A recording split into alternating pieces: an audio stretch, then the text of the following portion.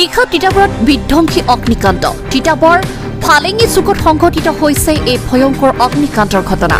এই অগ্নিকাণ্ডৰ ফলত ৰেব কছাৰী আৰু ৰবীন কছাৰী নামৰ লোক দুজনৰ বাসগৃহ সম্পূৰ্ণৰূপে জ্বলি শেষ হৈ যায় আৰু গঠম্বীৰ প্ৰাণ ৰক্ষা কেইবাজনো লোকৰ। পাকঘৰৰ পৰা এই অগ্নিকাণ্ডৰ ঘটনা সংঘটিত হোৱাৰ সন্দেহ প্ৰকাশ কৰিছে যদিও এই পৰ্যন্ত কাৰণ জানিব পৰা হোৱা নাই।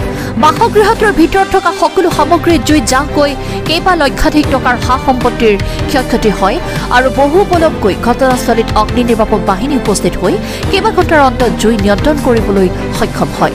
তিতাবৰ বৰহোলা আৰু মৰিয়নিৰ তিনিখনকৈ অগ্নি নিৰ্বাপক বাহিনীৰ বাহনে জুই নুমুৱাবলৈ সক্ষম হয়।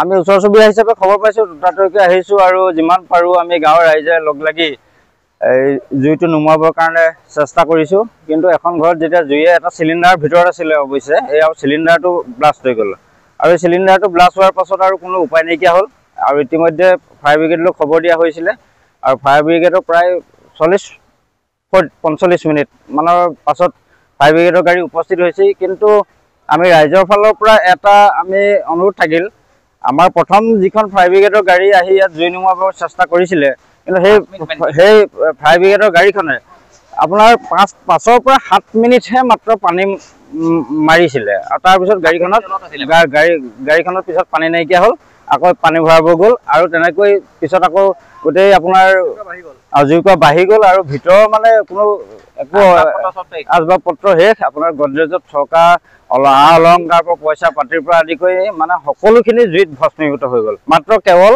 অকল ঘৰখনত থকা মানুহৰ পৰিয়ালৰ মানুহকেইজনহে বাচিছে যেনে তেনে। ফায়াৰ ব্ৰিগেড পলম হৈছে, এইটো কি কাৰণে পলম হৈছে আমি এইটো গম পোৱা নাই, কিন্তু আমি ইয়াত আমি স্পটত উপস্থিত থকা এজন আমি লোক হিচাপে আমি প্ৰত্যক্ষ কৰিছোঁ যে গাড়ীখন পাওঁতে তিতাবৰ পৰা যথেষ্ট পলম হৈছে। কাৰণ তিতাবৰ পৰা আপোনাৰ চাৰিআলিৰ পৰা ইয়ালৈ খুব বেছি আমাৰ 7 মিনিট লয় এখন গাড়ী এইখিনি পাওঁতে, কিন্তু তেওঁলোকৰ প্ৰায় 40 মিনিটৰ ওপৰ লাগিছে। হয়তো ভিতৰত এতিয়া অন্ততঃ যিখিনি সম্পদ পঢ়া পইচাৰ পৰা আদি কৰি ভিতৰত গডৰেজখিনি অন্ততঃ পথাৰৰ পৰা নিশ্চয় গ'ল। হয়।